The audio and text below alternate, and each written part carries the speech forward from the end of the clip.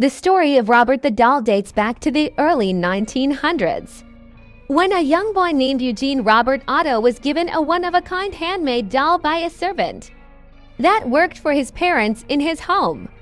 Eugene, who everyone called Gene, named the doll Robert and quickly became attached to his new friend. While he seemed like an ordinary clock doll, it wasn't long before Robert was involved in strange and somewhat terrifying events.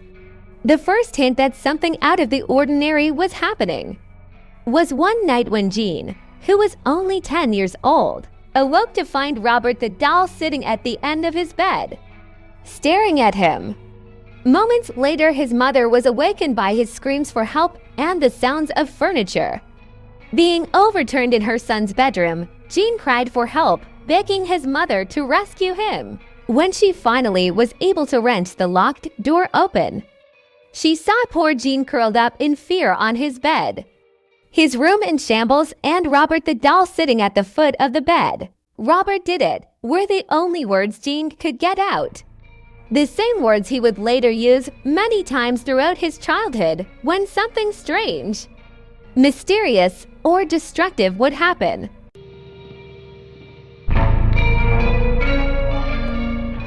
Nobody knows for sure why, or how this doll could actually wreak havoc on Gene's bedroom or do anything at all.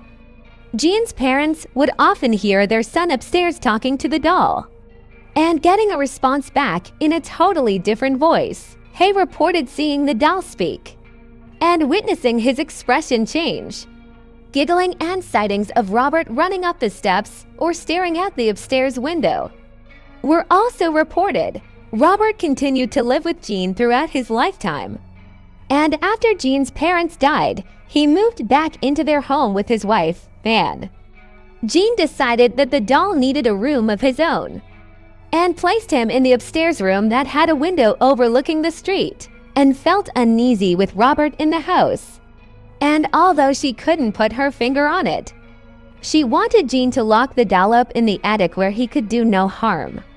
Gene conceded, and as one could imagine, Robert the doll was not happy with his new digs. Soon, visitors to the home heard footsteps in the attic, the sounds of someone pacing back and forth, and devilish giggling. Neighborhood children reported seeing Robert watching them from the window in the upstairs bedroom and told accounts of the doll actually mocking them as they walked to school. When Gene heard this, he immediately went to investigate, knowing that he had locked Robert in the attic and there was no way he could be sitting by the window of the upstairs bedroom. But to his complete shock, when he opened the door to the bedroom, there was Robert sitting in the rocking chair by the window. Gene locked Robert back up in the attic several times, each time discovering him again sitting by the window in the same upstairs bedroom.